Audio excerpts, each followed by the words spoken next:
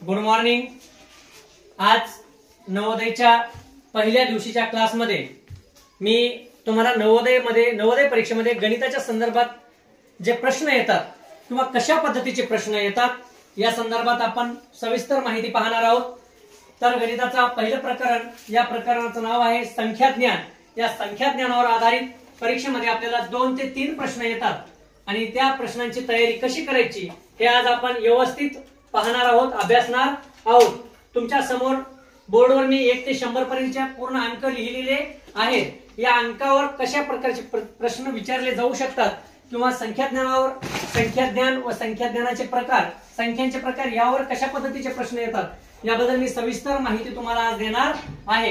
बघा, संख्या व संख्यांचे प्रकार शिकत असताना आपल्याला नैसर्गिक संख्या, समसंख्या, विषम संख्या, मूळ संख्या, संयुक्त संख्या, सहमूळ किंवा जोडमूळ संख्या यावर आधारित प्रश्न विचारले जाऊ शकतात। लक्ष द्या, याच्या व्याख्या कशा पाठ करायच्या आपण। नैसर्गिक संख्या 0, 1, 2, 3, 4, 5, 6, 7 अशा अनंत आहेत।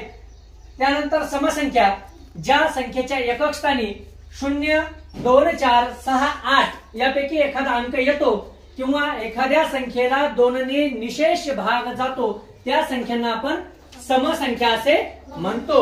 त्यानंतर आपण येऊ विषम संख्यांकडे, ज्या संख्येच्या एकक स्थानी 1, 3, 5, 7, 9 यापैकी एखादा अंक येतो त्या संख्येला विषम संख्या असे म्हणतात। किंवा जर दुसरी व्याख्या पाहायची म्हटलं तर ज्या संख्येला 2 ने भागल्यानंतर नेहमी बाकी 1 उरतो त्या संख्येला विषम संख्या असे म्हणतात। त्यानंतर आहे मूळ संख्या, ज्या संख्येला 1 ने किंवा स्वतः त्याच संख्येने पूर्ण भाग जातो त्या संख्येला मूळ संख्या असे म्हणतात।